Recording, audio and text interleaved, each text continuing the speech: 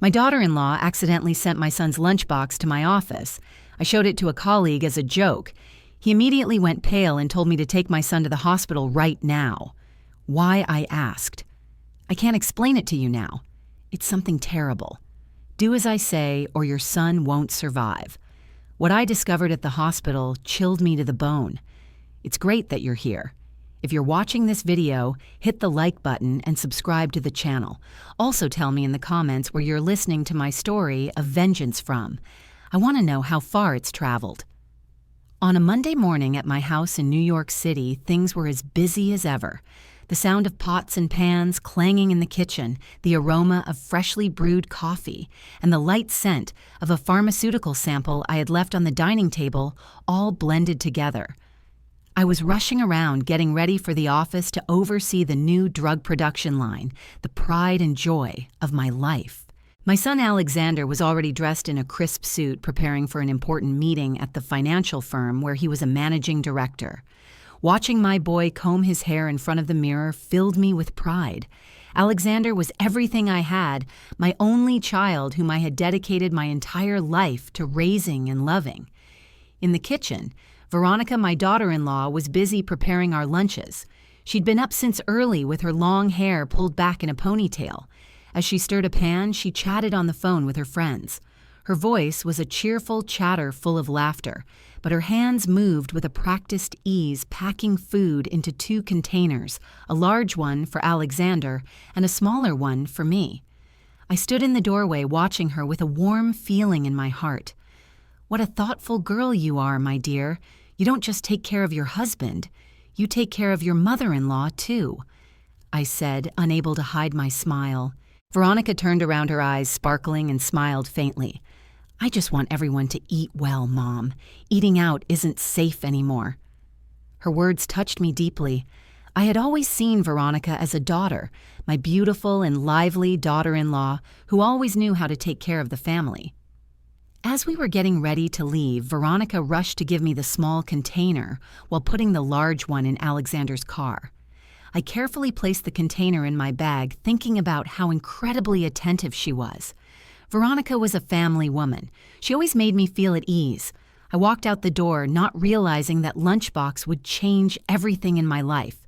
At lunchtime, my office was as lively as usual.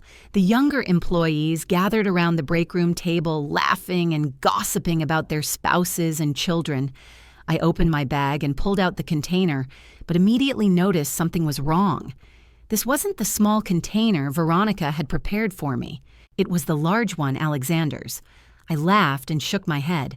Veronica is more scatterbrained than her old mother-in-law, I thought, believing it was just a cute mix-up. When I opened the lid, I noticed the rim of the container had some small white crystals, like sugar. How strange, a savory dish with sugar on the rim, I muttered, both curious and amused. The employees nearby crowded around and teased me. Ma'am, the rim of your container looks like a frosted margarita glass. The whole office burst into laughter. The atmosphere was as cheerful as a small party. I picked up the container and took it to David, my closest colleague. He had been a doctor before retiring and now worked as a workplace safety consultant for my pharmaceutical company. David was always the person I trusted most, the one I shared all the little stories of my life with. Look at this, I said, laughing and showing him the container. Veronica is so young, but she's already more absent-minded than me. She cooked a savory dish for her husband and put sugar on the rim of the container. Maybe she thinks Alexander works so hard that she wants him to gain weight. I joked, expecting him to roar with laughter like everyone else. But David didn't laugh. He took the container, tilted it under the fluorescent office light, and gently rubbed the rim with his finger. Suddenly, his face went pale, and he squinted as if he had just seen something horrible. "Who prepared this meal for him?" he asked in a serious, low voice. I frowned a little confused. My daughter-in-law, as usual, she prepares our lunch for my son and me to take to work. Today she accidentally gave me Alexander's container.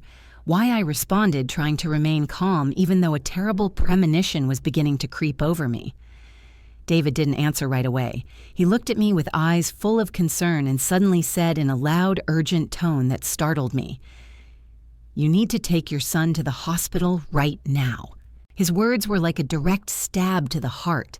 I froze, feeling the blood in my veins turn to ice. The laughter and chatter in the office abruptly stopped. A deathly silence fell over everything. The young employees looked at each other, bewildered, not understanding what was happening. I tried to keep my composure and asked again, "Why explain to me, David, what's going on?" But he just shook his head. His voice trembled. "I can't explain it to you now. It's something terrible. Do what I say or your son won't survive." I felt my heart shatter. Alexander, the son I had protected my entire life.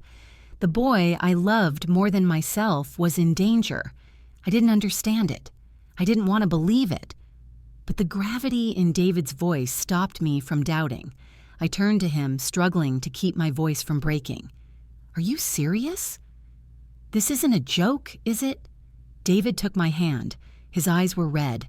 "I swear to you, I would never joke about something like this. Those white crystals are not sugar. You have to act now." His words were like an alarm bell that woke up all my senses. I didn't know exactly what was happening, but my mother's instinct told me that something was very, very wrong. The container was still there on the table, a silent warning. I looked at it, then at David, and for a moment I felt like the whole world was collapsing at my feet. David practically pushed me out of the office. His voice was urgent and full of anguish. "Go now. You can't waste a second." He already had his phone in hand, calling a contact in the toxicology department at New York Presbyterian Columbia Medical Center. His voice trembled, but it was clear. "I need you to analyze a sample immediately. It's a matter of life or death." I stood there clutching the container, my mind in chaos. Just a few minutes ago, I was joking about the white crystals on the rim, and now that container felt like a bomb that could destroy my entire world. I carefully put it in a plastic bag as if I were handling evidence of a crime. "I'm going right now," I told David, hardening my voice to hide the fear growing inside me. He nodded with a serious look. "I'll see you at the hospital. Don't let anyone touch that container." I called my personal driver, Mr. Jones, who had worked for my family for over 20 years. When I told him to drive straight to the medical center, he looked at me through the rearview mirror with curiosity, but didn't ask any questions. "Faster, Jones," I said hoarsely. When I left New York Presbyterian Medical Center that afternoon, clutching the lab report in my trembling hands, the city around me no longer looked the same. The taxis honked, the pedestrians hurried past the skyscrapers, sparkled in the autumn sunlight, but to me, everything felt hollow, unreal, like I was walking through a nightmare. My son Alexander's food contained arsenic. Not just traces, but enough to damage his organs if ingested day after day. The shock still pounded in my chest. Just a few hours earlier, I had laughed at those white crystals on the rim of his lunchbox container. I had thought it was sugar, a silly mistake. Now I knew it was a weapon aimed directly at the heart of my family. I sat in the back of my car, my driver, Mr. Jones, glancing at me through the rearview mirror with worried eyes. He had served my family for more than 20 years, yet I could not bring myself to explain. How could I tell him that the boy he had watched grow up was being poisoned under his own roof? I simply said, "Home, Jones, but drive slowly." My voice sounded like it belonged to someone else. At home, the apartment on the Upper East Side smelled faintly of roses and disinfectant, the way it always did. The golden light of late afternoon streamed through the tall windows. Veronica was on the balcony watering her plants, a gentle smile on her face when she saw me. "Your back, Mom. Dinner will be ready soon. I thought I'd try a new recipe tonight." Her words were warm, but I felt a sharp sting in my chest. Dinner. Food. Every mention of it now felt like a knife. I forced a smile, nodded, and hurried inside before my hands could betray me by trembling. I sat in the living room, clutching the folder from the hospital as if it could protect me. My mind replayed every scene of the past few months, Alexander rubbing his stomach, saying he was tired, Veronica insisting on cooking every meal, my own laughter when she called herself a family woman. Had I been blind all along? Just as I was about to rise and hide the folder in my bedroom, the doorbell rang. Mr. Jones opened it, then handed me a plain envelope with no return address. The paper smelled faintly of ink and something metallic. Inside, there was only one line typed in bold letters: "The food in your son's house is not what it seems. Protect him before it is too late." My breath caught in my throat. My knees almost gave way. Who had sent this? Was it a warning from a stranger who knew more than I did? Or was it a cruel trick meant to deepen my torment? The shock of the toxicology report was already unbearable now. Suspicion spread like wildfire in my chest. I locked the letter in my desk drawer, my hands icy cold. Part of me wanted to run to Alexander immediately to show him everything, the report, the letter, the truth. But another part of me knew that if Veronica really was behind this, exposing my hand too soon would put him in even greater danger. That evening, we sat around the dining table. Veronica served Alexander a bowl of creamy soup steam rising in elegant swirls. "Eat, my love," she said softly. "You need your strength for tomorrow's big meeting." Alexander smiled, weary but grateful. He picked up his spoon. I felt my heart stop. Should I scream? Should I slap the bowl away? My fingers dug into the tablecloth, but I remained silent. Alexander took a sip, smiled faintly, and continued eating. Every moment of that dinner was torture. Veronica's voice was sweet, her laughter like music, but to me it sounded like the hiss of a snake. I excused myself, early retreated to my bedroom, and locked the door. Only then did I let myself weep, muffling my sobs with a pillow. In the silence of the night, I asked myself the questions that tore my heart apart. Could Veronica, the girl I had once welcomed like a daughter, truly be capable of such cruelty? Had she been planning this for months, maybe years, while smiling at me across the table? Or was there another hand behind the curtain, someone else using her as a pawn? The anonymous letter lay in my drawer, whispering to me in the dark. Not what it seems. By morning, my sorrow had hardened into something colder. I stood before the mirror dressed in a navy blue blouse Alexander once said made me look strong. I whispered to my reflection, "You cannot fall apart. He needs you." I drove to his office downtown without warning him. When he stepped out of a meeting and saw me waiting, his face lit up with surprise. "Mom, what brings you here? Are you checking up on me?" His laughter was genuine, innocent. I wanted to collapse in his arms, but instead I asked him to come to his private office. When the door closed, I placed the toxicology report on his desk, then slid the anonymous letter beside it. His smile faded. His hands trembled as he read. "Arsenic." His voice cracked. "Mom, this can't be real." I explained everything, the mix-up with the lunchbox Davids, warning the lab results, and finally the letter. As I spoke, Alexander's face went pale, his eyes filling with disbelief and sorrow. "Veronica loves me," he whispered. "She takes care of me every day. She cooks for me. His voice broke. He buried his face in his hands. I reached across the desk and held his shaking fingers. "I don't want to believe it either, son, but the evidence is here. We cannot ignore it. Your life is at stake."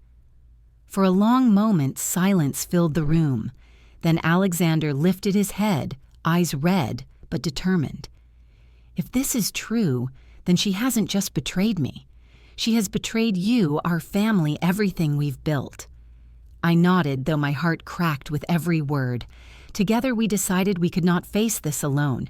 We would need help from the law, from people we could trust. That night, as I returned home, Veronica greeted me with her usual gentle smile. "Long day, Mom. I made your favorite tonight lemon chicken." She set the dish on the table with loving care. I forced myself to smile back, but inside suspicion burned like fire. Shock had turned into doubt, and doubt into a grief so deep it felt like betrayal itself. My heart was breaking, but I knew I had to endure, because this was only the beginning. And now I want to ask you something simple. If you were in my place, would you stay silent to protect your son until the truth was clear? Press 0, or would you confront the daughter-in-law? Immediately press 1. I barely slept that night. Every time I closed my eyes, I saw Alexander's pale face as he read the toxicology report and the anonymous letter. I heard his broken whisper. She takes care of me every day, echoing in my mind like a haunting refrain. But by dawn, my tears had dried, and in their place burned something sharper, stronger resolve. I had been shocked. I had been heartbroken. But now I would not allow grief to consume me. I was Eleanor Whitmore, founder of one of the most respected pharmaceutical companies in New York City. I had faced investors' lawsuits and competition from ruthless billionaires, and I had survived. If I could survive them, then I could fight this too. My son's life depended on it. That morning, I dressed in a tailored charcoal suit. My hands still trembled, but my voice when I called Alexander was steady. Meet me at Richard Montgomery's office. It's time to act. Richard had been our family lawyer for more than 2 decades. His office smelled faintly of leather and old books, the walls lined with shelves of thick legal volumes. He rose when we entered, concern etched into his weathered face. Eleanor, Alex, what's happened? Without hesitation, I laid the toxicology report and the anonymous letter on his desk. Alexander's voice was tight with anger as he added, "And my symptoms these past months, they match what the report says." Richard adjusted his glasses, his brow furrowing deeper with every page he read.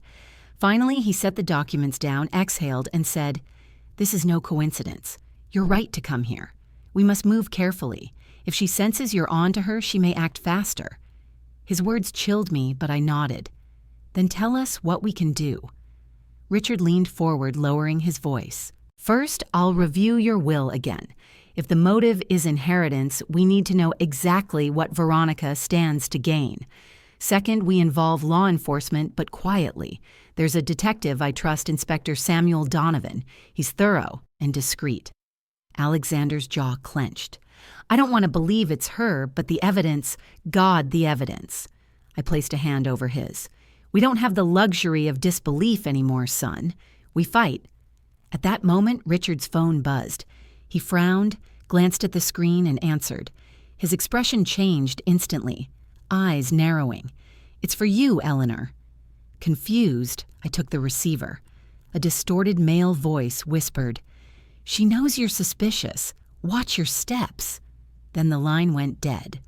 My stomach dropped. Who was that? A friend? A stranger? Someone in Veronica's circle? Richard's face turned grave. This just became more dangerous. The 3 of us agreed on a course of action. We would contact Inspector Donovan immediately. Later that afternoon, Alexander and I walked into a modest precinct downtown, the kind that smelled of strong coffee and printer ink. Inspector Samuel Donovan, a tall man with graying hair and sharp eyes, shook our hands firmly. I was briefed by Richard. "Poisoning cases are rare, but when they happen, they're deadly serious," he said. "We'll handle this quietly. If Veronica is behind this, we need hard evidence, video, audio, and lab results that cannot be disputed in court." He outlined a plan that made my pulse quicken. Cameras hidden in the kitchen, samples of every dish analyzed, and most terrifying of all, a staged performance. Alexander would pretend to keep eating her food while the police monitored every move. Isn't that too dangerous? I protested, my voice rising. What if she increases the dosage? What if Alexander cut me off, his eyes blazing with determination I had not seen before? "Mom, if we don't do this, we'll never prove it. She'll keep feeding me poison until it's too late. I'd rather face her now than die slowly." I wanted to scream. I wanted to forbid it. But when I looked into my son's eyes, I saw not the boy I had raised, but a man willing to fight for his life. And I realized I could not protect him by shielding him anymore. I had to protect him by standing beside him. Inspector Donovan gave us both a stern look. "This will test you. You'll feel fear. You'll feel anger. But remember, we're watching. We won't let her succeed." That night, as we drove home, Alexander stared out the window silent. I could almost read his thoughts. Betrayal, rage, sorrow. The weight of it pressed on me too, yet under it burned iron resolve. When we arrived, Veronica was in the kitchen humming softly, her hands busy chopping vegetables. She looked up with that same radiant smile. Perfect timing. Dinner is almost ready. My heart thundered in my chest, but I forced my lips into a smile. How thoughtful, dear. The hidden cameras Donovan's team had installed earlier were in place, tucked into corners she would never notice. Every move she made was being recorded. Every ingredient she touched could become evidence. As we sat down, Veronica ladled soup into Alexander's bowl first, as she always did. "Try this, my love. I added something special tonight." Her words made my skin crawl. Alexander lifted his spoon, his face calm but pale. My nails dug into my palms under the table. This was the moment. He sipped once, then set the spoon down, feigning fatigue. "Tastes good," he murmured, rubbing his stomach. Veronica beamed, satisfied. I nearly burst into tears. My son was risking his life in front of me, and I had to play along, smiling at the woman who might be killing him. After dinner, I excused myself, fled to my room, and sat shaking on the edge of my bed. I pulled out my phone, opened a random forum for comfort, and stumbled on a thread titled "Reddit Revenge Stories That Went Too Far." The stories of betrayal and payback mirrored my life in terrifying ways. I wasn't just reading entertainment anymore, I was living one. 2 nights later, Donovan called. We analyzed the samples. Arsenic again. Concentrations higher this time. She's panicking, accelerating her plan. My blood ran cold. He continued. "We'll need to escalate. Make her believe she's about to lose everything. That's when she'll act rashly." It was then that I remembered the anonymous letter, "Not what it seems," and the phone call. "She knows you're suspicious." A chill spread down my spine. Was Veronica working alone, or was there someone else pulling the strings? I looked out the window at the glittering skyline of New York, my heart pounding with dread, but also burning with fire. Shock had broken me once. Now suspicion had armed me, and heartbreak had transformed into a mother's iron resolve. This was no longer just survival, it was war. And as I write these words for you tonight, I realize sometimes the stories you read online, those shocking Reddit revenge stories, are nothing compared to the vengeance a mother can unleash when her child's life hangs in the balance. I had thought the worst was already behind me. The hospital tests, the anonymous letter, the chilling phone call, all of it, had pushed me to my breaking point. But part 2 of this nightmare had only been preparation. The true horror was yet to come.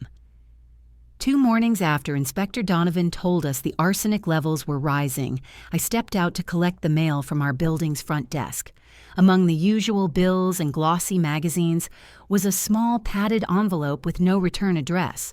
My stomach tightened. My hands shook as I opened it. Inside was a simple USB drive, black and cold, in my palm. I hurried upstairs, locked my study door, and plugged the device into my laptop. What I saw made my blood freeze. The grainy video showed Veronica standing in a dimly lit herbal shop, her hair tucked under a scarf. She glanced around nervously, then leaned across the counter. The shopkeeper slid a packet wrapped in brown paper toward her. She pulled cash from her purse, stuffed the packet into her handbag, and left quickly. The timestamp was from 2 weeks earlier. The location was less than a mile from our apartment. I slammed the laptop shut, my chest heaving. Who had filmed this? Who had sent it? Was there an ally out there watching Veronica, or a puppet master manipulating both of us? Panic spread through me like fire in dry grass. If she knew I had this video, she would become desperate. And a desperate woman with poison in her hands is a hurricane you cannot predict. That night, I couldn't eat. My fork trembled as Veronica placed a plate of roasted chicken before us, humming cheerfully as if she hadn't just been caught on video buying death. Alexander noticed my silence and excused himself from the table early. When he joined me in my room, I showed him the video. His face drained of color. "This is it, Mom. This is proof. Proof of what, Alex?" I whispered fiercely. "Proof she's killing you. Proof she's a liar, or proof that someone is feeding us evidence to push us over the edge. He didn't answer. He simply held my hand, his palm clammy with fear. For the first time since this ordeal began, I saw not just anger in his eyes, but terror. The following day, we met again with Inspector Donovan. His lips tightened as he watched the footage. This could help, but it raises more questions. Whoever gave you this isn't part of my team, which means someone else is watching you. The room spun. My heart pounded so hard I thought it might burst.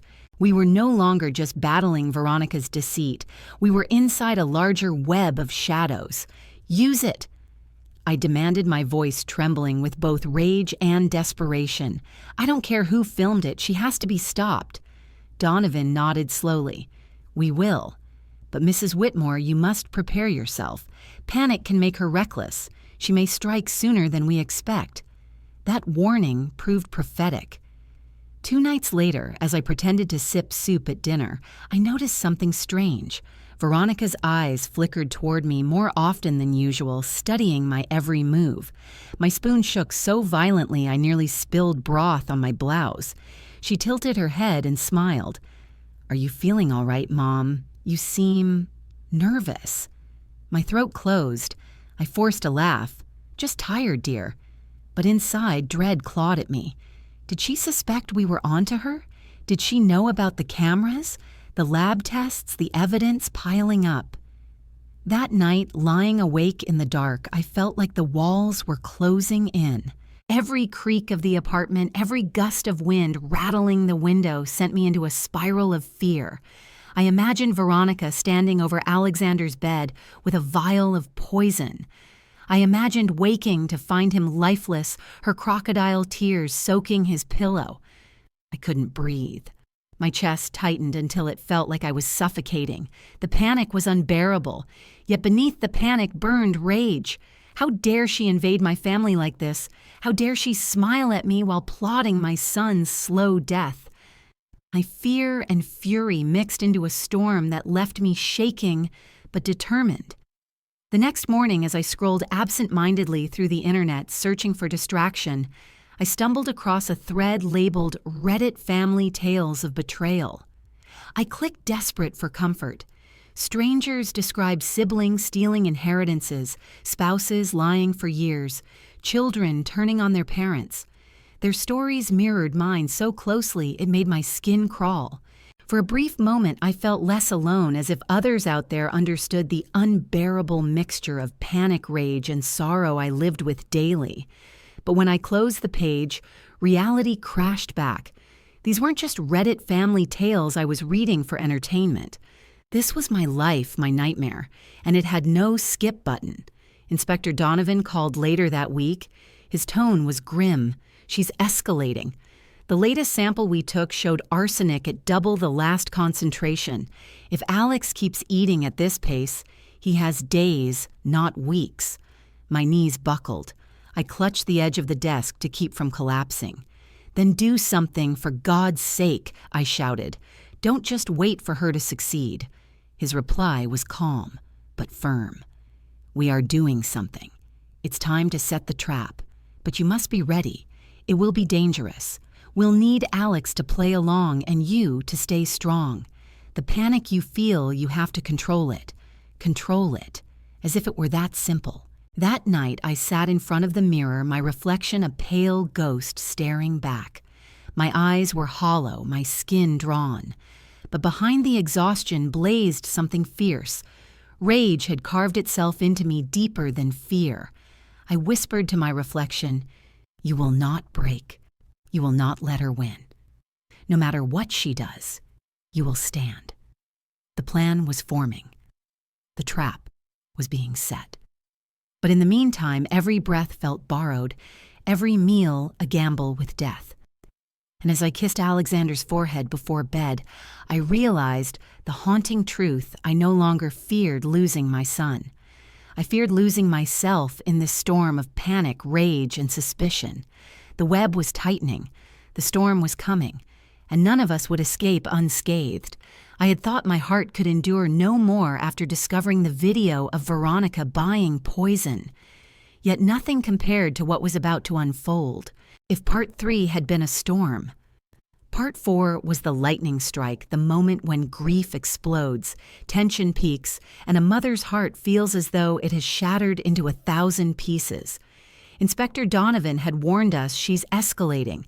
The doses are growing. If we don't act now, Alexander won't survive.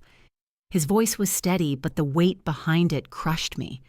We had reached the point of no return. The plan was bold, even reckless. Alexander would fake his own collapse at dinner, play the role of a poisoned man in front of Veronica, and then be pronounced dead at the hospital. Every second of it would be choreographed with the police and a trusted doctor. It was dangerous, but it was the only way to make her confess. The night of the plan, I sat at the dining table, my body stiff, my palms cold and damp. Veronica moved gracefully around the kitchen, her voice soft as honey. "Alex, I made your favorite stew tonight. A hearty meal for a hard-working man." My stomach twisted. I could smell the faint bitterness beneath the herbs, that subtle metallic tang I now recognized as arsenic's silent signature. She ladled the stew into a bowl, placed it in front of Alexander, and smiled sweetly. He picked up his spoon, gave me a fleeting glance, then took a careful sip. He set the spoon down, his face tightening. Slowly, he pressed a hand to his stomach. I forced myself to stay calm, but my chest burned. My son, my only child, was about to fall before my eyes. Even though I knew it was an act, the sight still pierced me. Alexander's body convulsed, and he collapsed forward, knocking the glass of water to the floor with a crash. "Alex!" I cried out, my voice raw and breaking. I rushed to his side, tears spilling before I could stop them. For a moment, I forgot it was all pretend. To me, he was no longer acting, he was dying. Veronica let out a scream, rushing to his side, clutching his arm. "My love, no, please, wake up." Her voice was frantic, but I saw it, the flicker in her eyes, the glint of satisfaction quickly smothered by feigned panic. I fumbled for my phone, dialing the emergency number. The line connected instantly, but before I could speak, I froze. A distorted voice hissed through the receiver. "You think you control the game, Eleanor, but someone else already holds the final move." The words sliced through me like ice. "Who is this?" I gasped, my voice trembling, but the call cut off. My blood ran cold. This wasn't just Veronica. Someone else was out there watching, pulling strings. My grief turned to a new terror. Moments later, sirens wailed outside. Paramedics, really undercover officers, burst into the room, lifting Alexander's limp form onto a stretcher. I followed them, clutching his hand until they pried me away. Veronica tried to climb into the ambulance, insisting I'm his wife, I have to go. But Donovan, disguised as a medic, stopped her firmly. "Only one relative can ride with him. His mother will accompany him." Her face twisted with frustration before she plastered on a mask of despair. "Then please call me the moment you know something." The ambulance roared into the night. I sat beside Alexander's motionless body, my hands shaking as I held his. His eyes flickered open for just a second. "You're doing great, Mom," he whispered. I nodded, unable to speak.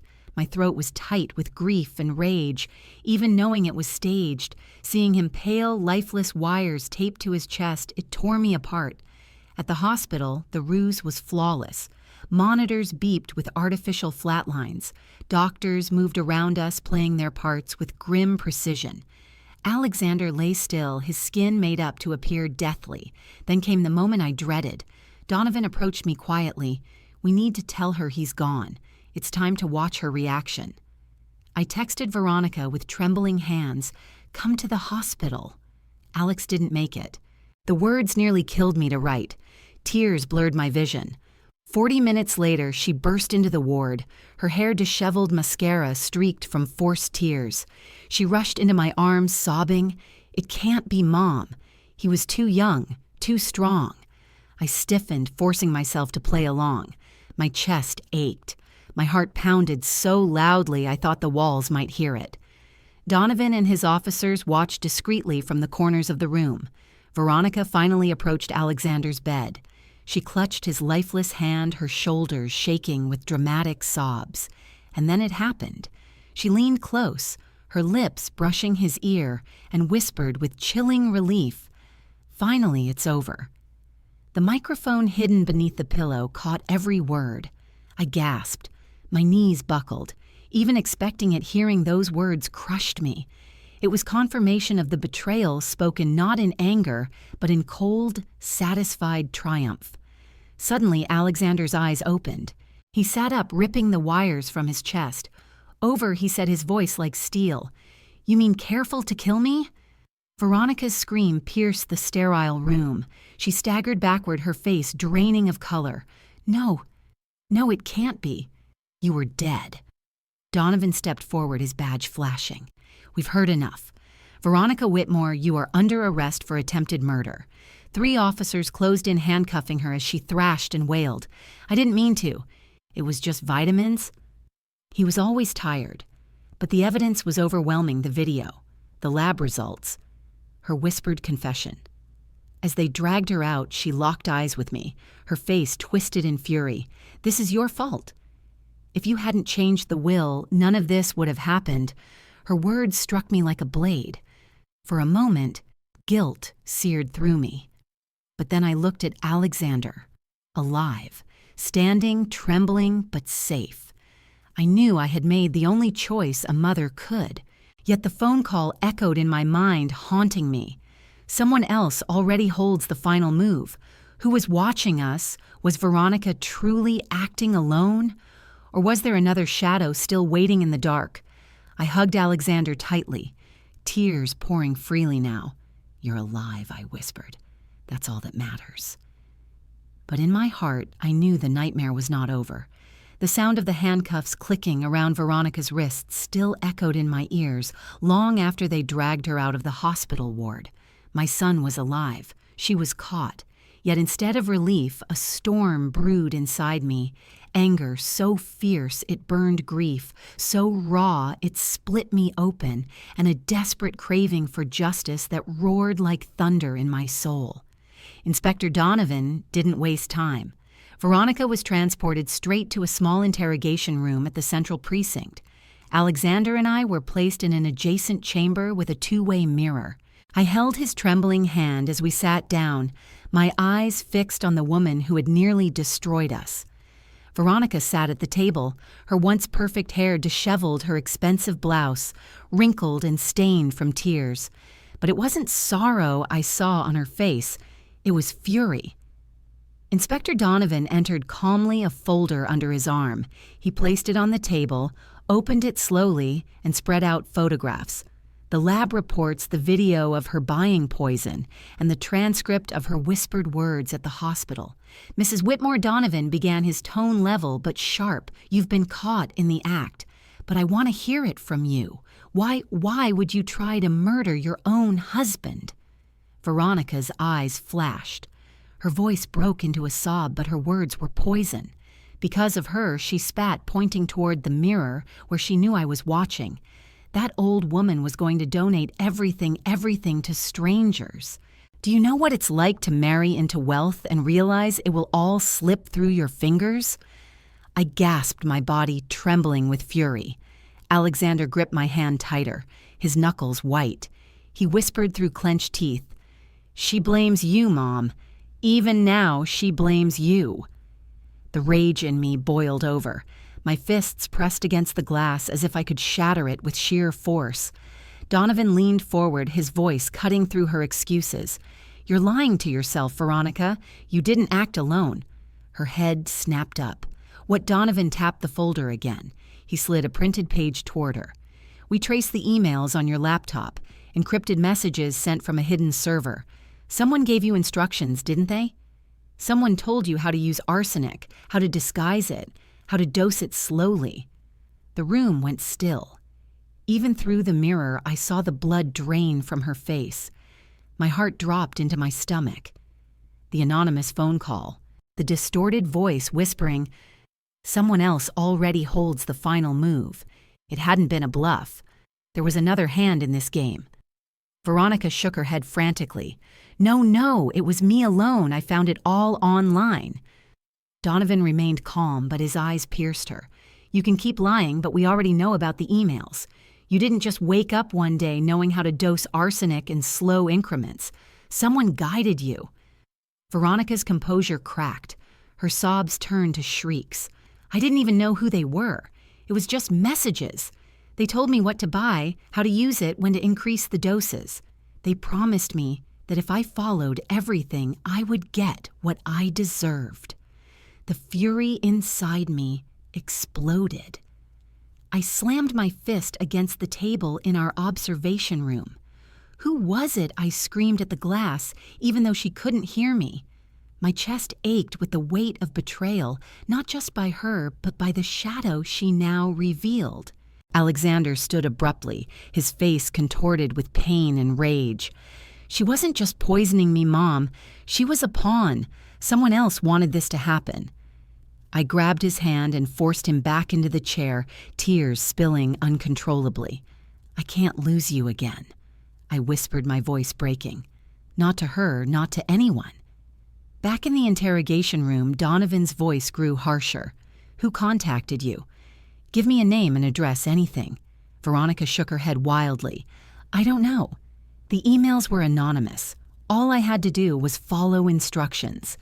They knew about the will, about the foundation, about everything. They told me time was running out, that if I wanted to secure my future, I had to act fast. Her words struck me like a whip. Whoever this accomplice was, they hadn't just guided her. They had spied on me, on my plans, my conversations. The realization sent a chill through me. We'd been watched, manipulated, played like pieces on a chessboard. Alexander's voice broke the silence. She's admitting it, Mom. There's someone else. Someone bigger. This isn't over. My tears turned to fire, my grief to fury. I pressed my palms against the glass and whispered, then we will burn their game to the ground. The storm inside me erupted fully as Donovan pressed harder. Veronica Whitmore, you will face charges of attempted murder. But understand this, your silence about your accomplice won't protect you. When we find them, you'll be nothing more than a discarded pawn. Veronica collapsed onto the table, sobbing into her hands. Her cries filled the room, but for me, they weren't cries of remorse. They were cries of defeat, the sound of a schemer trapped by her own web. I turned to Alexander, my voice shaking. She tried to end you. She tried to destroy us. But we're still standing. He looked at me, tears glistening in his eyes. Because of you, Mom. Because you fought. At that moment, a thunderstorm cracked outside the precinct. Lightning illuminated the room, followed by a clap of thunder so loud it shook the windows. It felt as though the heavens themselves were echoing the release of truth. For the first time in months, I felt something shift inside me. The rage still burned, the grief still cut deep, but there was also relief, a violent, stormy release, like a dam breaking justice was beginning to flow. As Donovan exited the interrogation room, he joined us behind the mirror. His face was grim. We have enough to convict her. But you heard her, someone else was behind this. Someone who knows far too much about your lives. I knotted my jaw tight. Then find them. I don't care how long it takes. Bring them into the light. Alexander squeezed my hand. We'll face it together. I looked at my son, alive, scarred, but still here, and I knew my battle was far from finished. Yet for the first time, I felt the strength of thunder inside me, the storm that had nearly destroyed us, now giving me power. Let them come, I whispered, staring into the storm-lit night. We're ready. When the storm of rage and grief in the precinct finally broke, I felt something shift inside me. For months, my life had been consumed by fear, betrayal, and the burning fury of survival. But now, with Veronica exposed and justice beginning its slow grind, another feeling stirred calmness, a strange, majestic serenity that came not from forgetting the pain, but from surviving it. Inspector Donovan's words from Part 5 still rang in my ears. Someone else was guiding her. This is not over, yet for the first time I no longer felt paralyzed by that threat. I had faced death, betrayal, and despair, and still Alexander sat beside me, breathing alive. Whatever shadows still lingered, I was ready to meet them with unshakable resolve.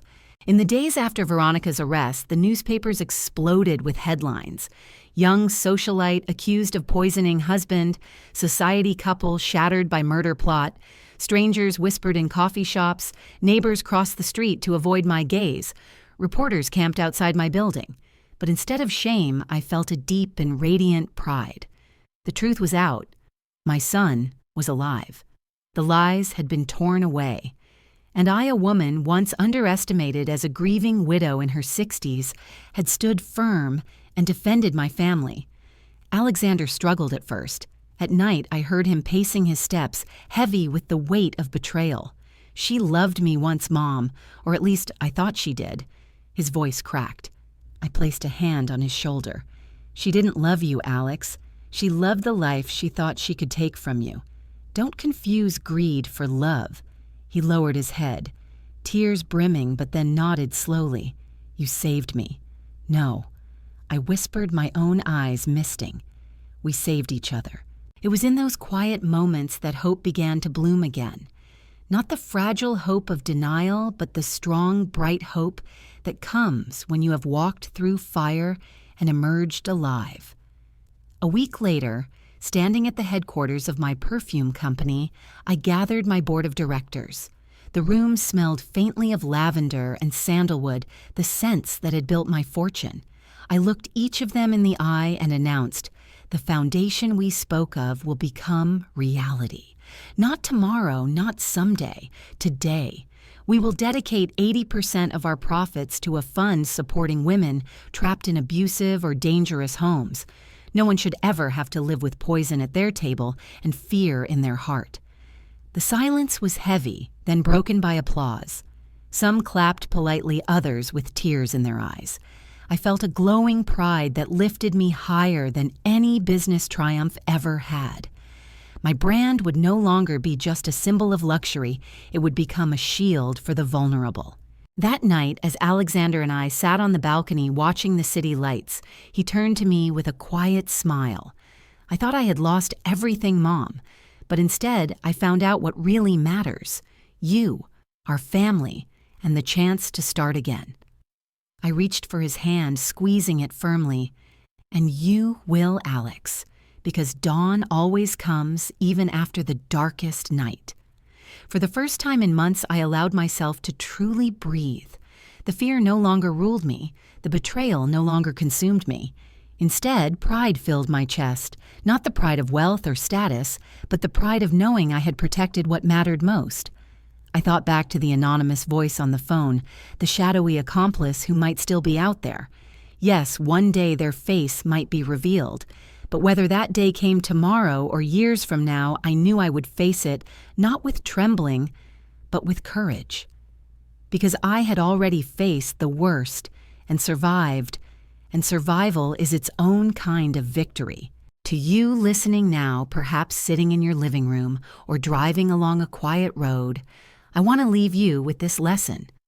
Life will always test us. Sometimes through betrayal, sometimes through loss, sometimes through the very people we trust most. But no matter how fierce the storm, the dawn always comes. We can choose bitterness or we can choose hope. We can surrender or we can rise. I chose to rise, and so can you. As the sun set over Washington that evening, the city bathed in a golden glow. I leaned back in my chair, closed my eyes, and let the warmth wash over me. My heart, once broken into pieces, now felt whole again, not because the pain had vanished, but because I had woven it into strength. Alexander lifted his glass of water, smiling faintly. To the future, he said. I lifted mine. To survival, to courage, and to love. The clink of the glasses sounded like a bell announcing the start of a new life. And in that moment, I felt the brilliance of hope shining as bright as the first light of dawn. My dear friends, thank you for walking with me through this story of betrayal, survival, and redemption. It was not just a tale of poison and deceit, it was a story of love, of a mother's determination, and of the hope that can rise even from ashes. Now I want to hear from you. If you believe that love and courage can overcome even the darkest betrayal, press 1 in the comments. If you believe that sometimes survival itself is the greatest victory, press 0. Your voices matter. Together we remind each other that hope is never lost. If this story has touched you, please like this video, subscribe to the channel, and share it with someone who may need a reminder of courage today. And don't forget to check out the next stories waiting for you here. Tales that will move you, surprise you, and maybe even heal you. From my heart to yours, thank you for listening. May your dawn always be bright. Auntie May 365 Voice, and I'll see you in the next video.